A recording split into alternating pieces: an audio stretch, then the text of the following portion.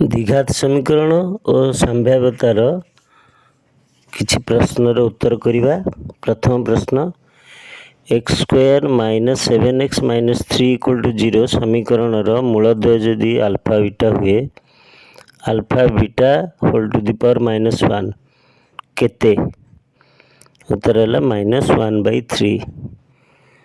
2 number प्रश्न, 3√3x square plus 10x plus √3 equal to 0 समीकरणर प्रभेदक केते? उत्तर है 64। 3 नंबर प्रश्न, द्विघात समीकरणर मूलद्वय 5 और 1/5 हेले समीकरणटी लेख। उत्तर है 5x square minus 26x plus 5 equal to 0। 4 नंबर प्रश्न, x square minus 4x plus k equal to 0 रो बीजद्वय 1 अभिन्न हेले k रो मान केते?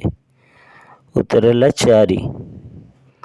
5 नंबर प्रश्न, x square plus x minus 6 equal to 0 समीकरणर मूलद्वय आल्फा और बीटा हेले alpha plus beta by alpha into beta समान केते? उत्तर है 1/6।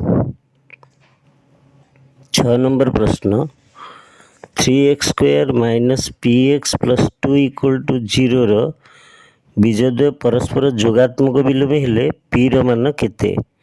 उत्तर है 0।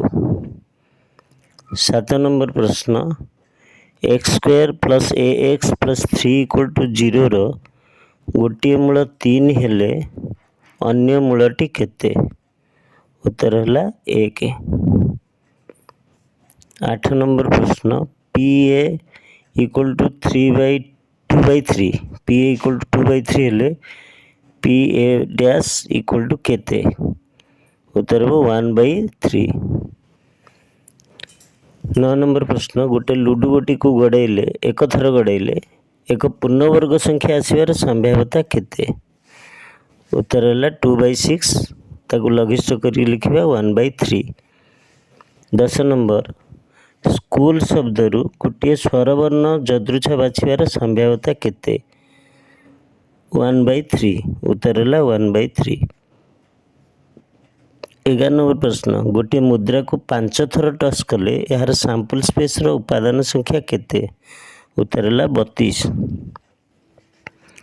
12 नंबर प्रश्न, असंभव घटना गुड़िकर संभाव्यता केते?